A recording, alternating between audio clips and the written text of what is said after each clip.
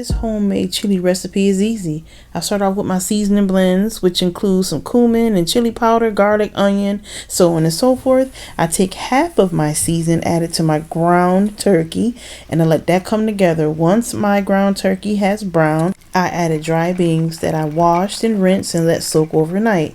Then I took the remaining of my seasonings to season my beans. I let all of that come together. Once that come together, I added my homemade vegetable broth. I have a video on that. Go check that out.